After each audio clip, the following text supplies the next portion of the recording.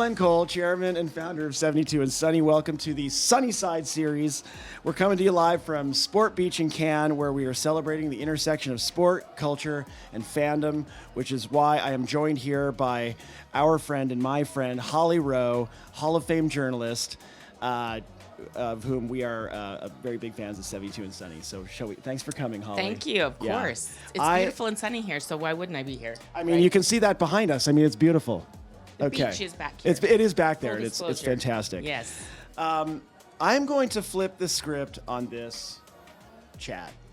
First of all, I'm going to shout out the School of Journalism and Communication at University of Oregon for preparing me for this moment. Everything in my life has led up to this moment with you. Good. Okay. Oregon's phenomenal. A lot of great people have come out of that school.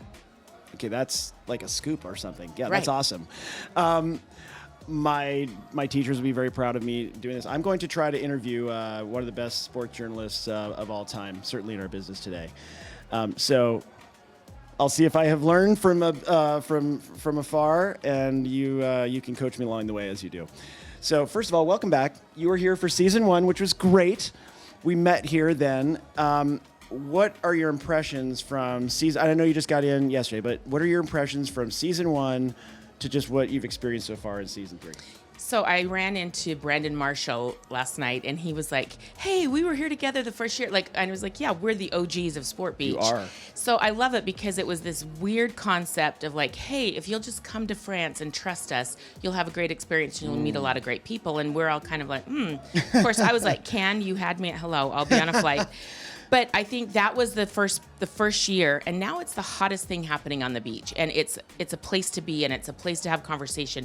This place is packed. You've had to expand your spaces to have more conversations, and so I think it's really cool that what started out as an idea of I hope it works has become this is really working, and I kind of think that's your business in a nutshell, right? It is our business in a So I nutshell. love it. There's energy here. There's more and more people want to be here, so it's fun. I love that we're some of the OGs that trusted you on this concept, and now the concept has really proven itself. You've validated it. You've authenticated it. Thank you so much for coming in your way and for just saying it. We did not prepare. I did not know she was going to say that. I swear to God, that was I didn't. I did not set We're you up for that. Unscripted. But I appreciate that. We do want to have it be a climate for co-creation, and sometimes we don't know here what the outcome's going to be. I was introduced to you by Jay from Stagwell, and we were sort of awkwardly, okay, so what are you doing here? What am I doing here? What's 72andSunny? What are you trying to do next in your career? And then we connected over like, oh my God, I love your shoes, which were very cool Nike Dunks or something. And I think that's kind of how the co-creation works here. It's like Right. sport people kind of find each other's common interests and passions, and then we start building something, which we've been doing over the past few years in the background, and hopefully we'll continue to do so. Thanks for framing it for us. Yes, no worries. Now, what is lighting you up about coming this year? Aside from I understand, thank you for the backdrop, but what's got you coming back for year 3? What are you most excited Because about? I think this is a place to be for creative people. And so you might assume that just because I'm a sports reporter, I don't have to worry about the creative side of things. My business is super creative. I have to say, people have watched this team every game for the whole year. What can I add that's new or unique or unusual? That's also what you're trying to do. So I think it's important to be around other creative people. And I don't know how to say this in the best way. This is how I describe it, is brain vibe.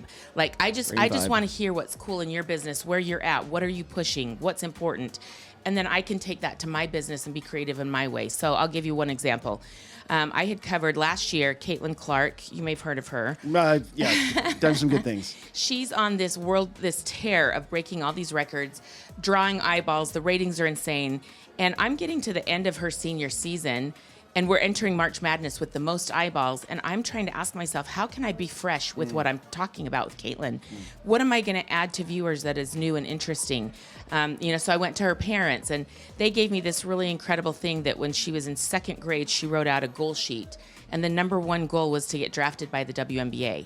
So the night of the WNBA draft, when Caitlin Clark gets drafted number 1, I bring out the goal sheet. Oh my God. That takes some thought and creativity, but also some trust from her family and her parents and her to entrust me with this goal and childhood dream and her cute little crooked handwriting. So I like that my business, you might think, oh, it's just straight sports reporting. I have to be super creative and this is a good place to be around people that think that way too. That's an amazing anecdote too. In that moment, just the marketer in me wants to know this too. Are you, or maybe it's the creative guy, we're both. Are you hoping that are you looking for like stimulus that will just get an authentic, unexpected reaction? Is that meant to be a jolt, like showing her that? Are you kind of hoping for tears? No, I'm not trying to invoke anything. Right. I'm trying to tell a story. And I think if you try for something too hard, it doesn't happen. I think you probably see this in social media if you're like, oh, this post is about to be fire. This is going to go viral. And it just doesn't, because you're trying too hard and you're inauthentic about it. I just want to tell a great story. So I'll give you one other quick example. I've been on a trip before I got here to the Champagne Valley. Yeah. I go to this 3 Michelin star restaurant in Reims, and the chef comes out, obligatory, hello, how's your food? Turns out he's a Tennessee Volunteer football fan. And I'm like, this is so random. A Michelin-starred chef in the middle of France cares about the Tennessee Vols. So I just do a little innocuous post like, hey, Vol family, this guy loves you, whatever. It's got over 400,000 views.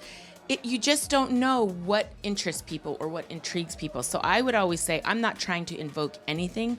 I'm just trying to put an interesting story out there and let the world take it where it goes. So many of our conversations, not at Sport Beach, when we're talking about other things, start and end with story with you. It just occurred to me hearing you say that again.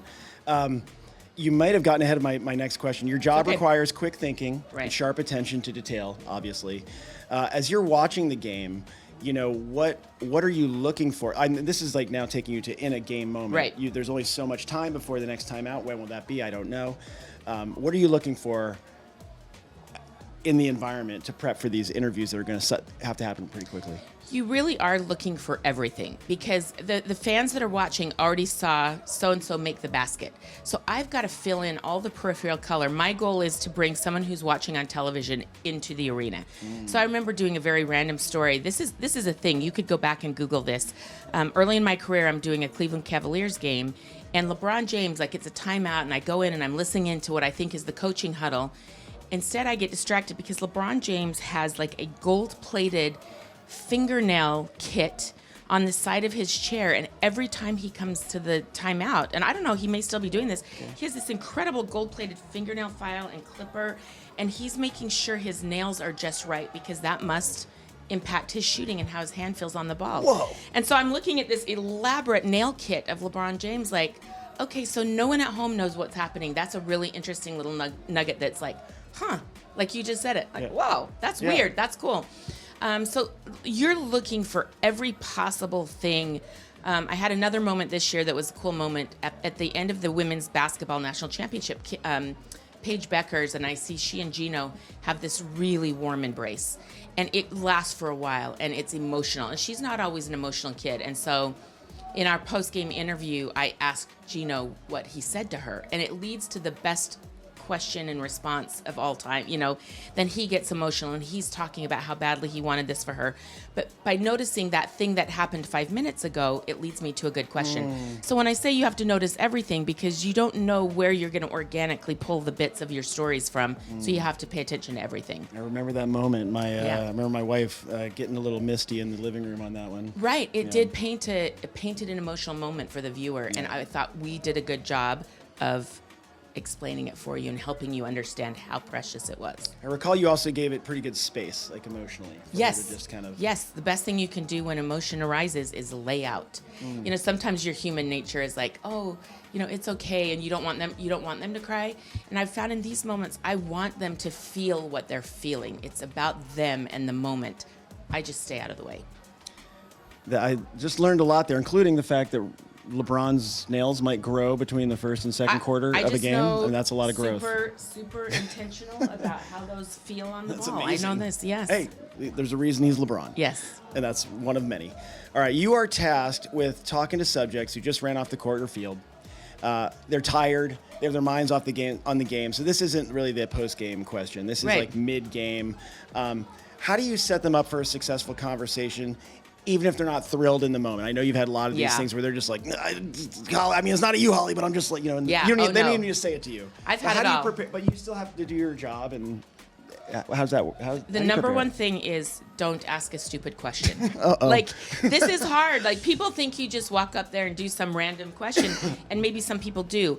that is maybe the most thoughtful I ever am about my questions is in the moment of competition, because, okay, what do viewers want to know? B, how can I elicit that with a question and response? C, and how can I do it without the coach getting flustered and whatever?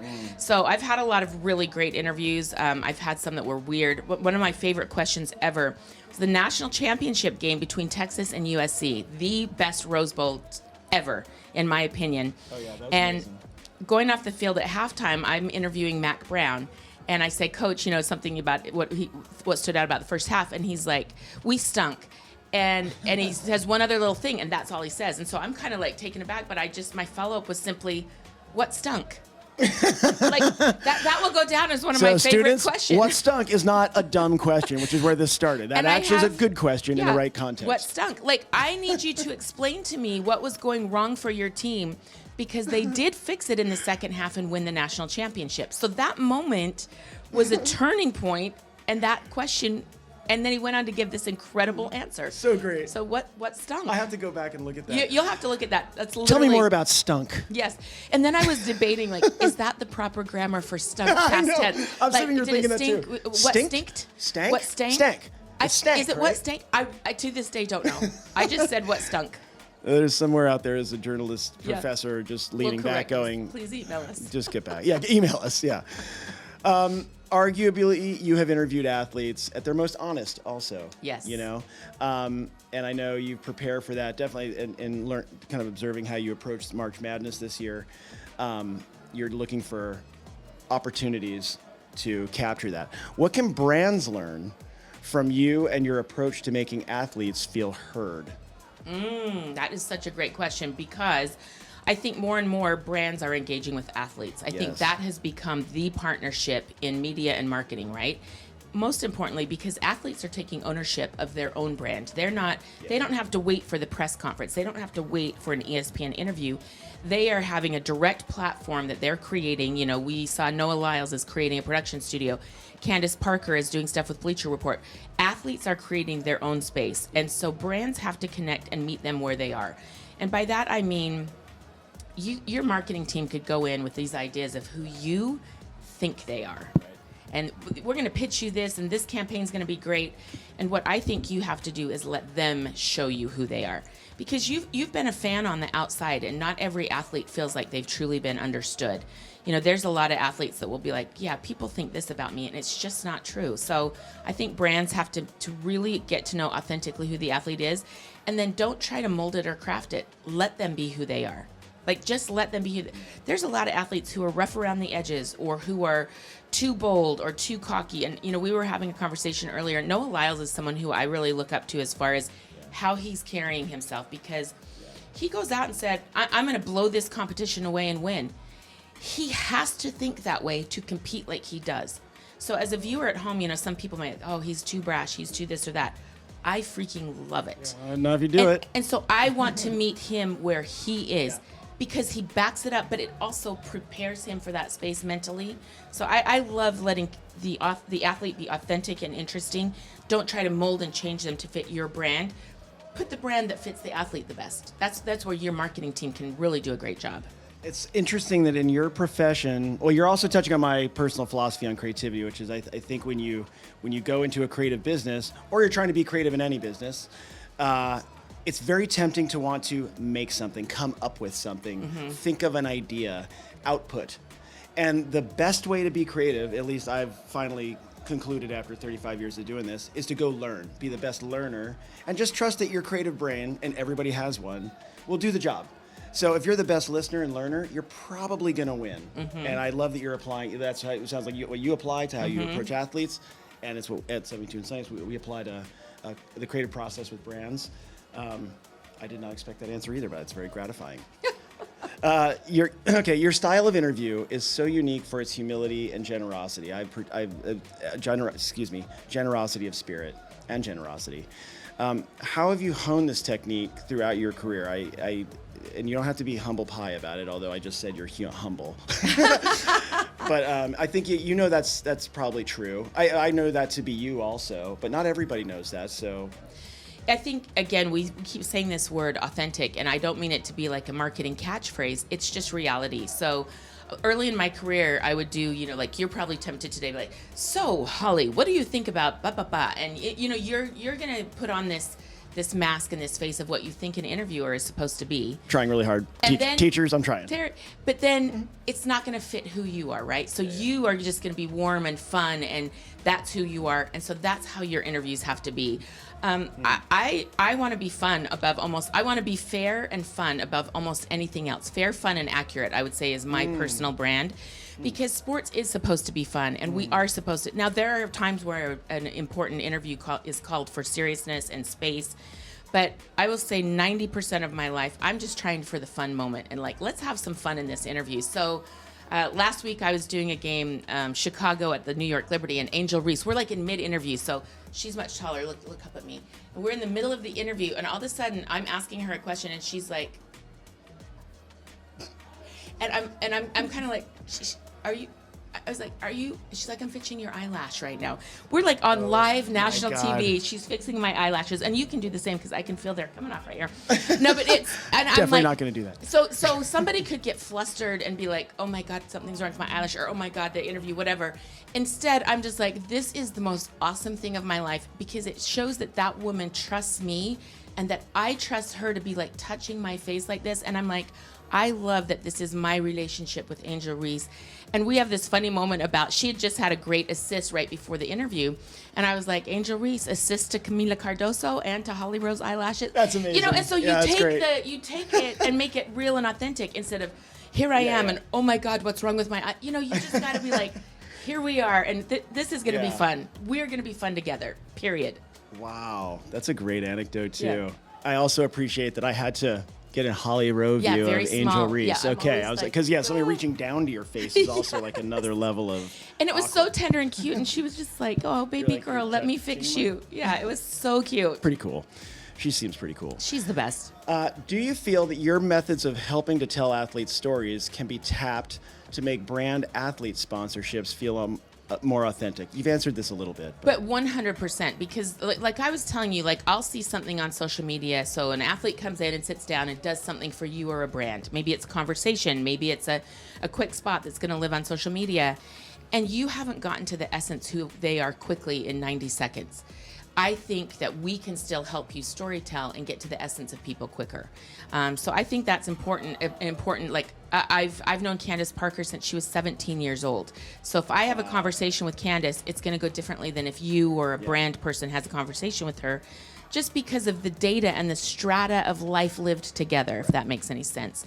So I would just find people who have good connections and good relationships. I did an event with Wilson with Caitlin Clark last year. And I mean, we had her rolling, we had the audience rolling. So it's not just like a boring corporate thing. It's this is going to be fun and you're going to engage with our brand because we got to the essence of who you came to see. That's important. Oh my, that's a great lesson, not just for creative companies, but for the brands involved in these things. What do you think it takes for emerging sports leagues like League One Volleyball maybe, or NWSL is not emerging at this point, Unrivaled, any sport, flag football coming, to break through and build lasting fandom? Okay, so you and I have talked about this. We're fans of these sports. We obviously. are fans There's of these sports. There's a lot of women's so sports I'm going to use League One Volleyball for an example. Great. Okay, so this year, League One Volleyball launches. I think they have a lot of buzz and they have a lot of great visibility. Their marketing has been good. Their logo looks great. You say love volleyball, League One Volleyball, and people are into it, right? I think that the presentation of how people are consuming this has to be different. So it's a new league. You have to be new and fresh. You cannot do the same old 4-camera shoot that people have been watching volleyball for all these years. Yeah. So this isn't a criticism. I think brands have to be different. Unrivaled is another great example. I watched some of the Unrivaled telecasts, and I'm like, so different. They could have been doing this, and this. It was different, but it's a new sport. It didn't exist. And so I think they can even be more outside the box instead of the high, we call it the all 22, which is because all 22 football players would be in the frame. So it's always called the all 22 that would show 11 guys on either side of the line of scrimmage. Okay. And you zoom that in. We don't need the all 22 for Unrivaled. We need low angle in your face coming at you. I want these new emerging leagues to think outside the box of how can we present our sport differently, because sports have to pop on social. More and more fans in that age group, they may not sit down and watch an entire game.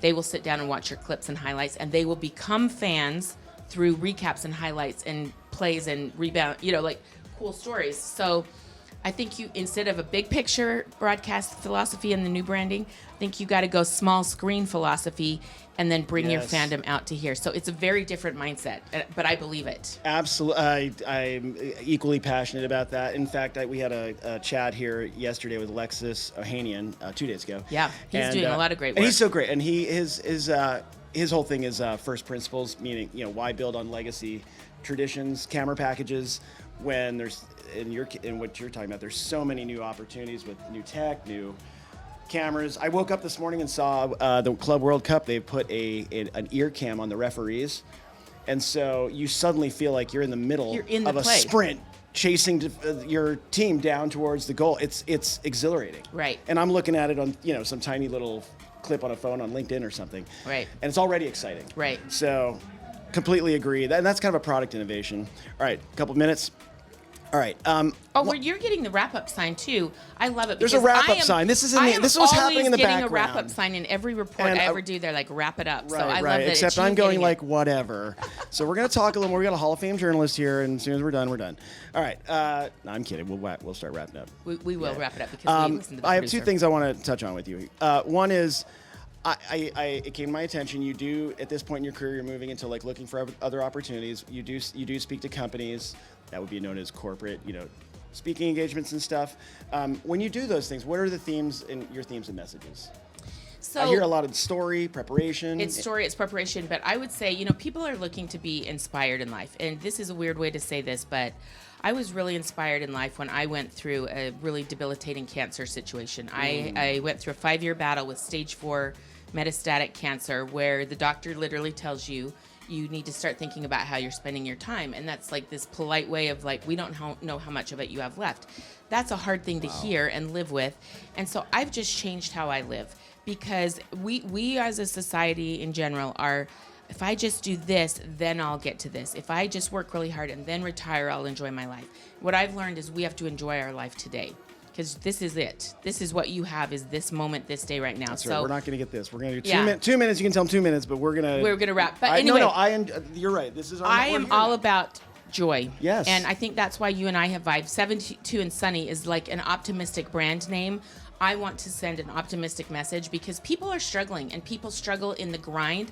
I want us to get out of the grind and have a better quality of life and live with joy. And I was living the best while I was dying, and I want to teach other people how to live that way, because it is a intentional, today is the thing type of way to live, and I think it's an important message.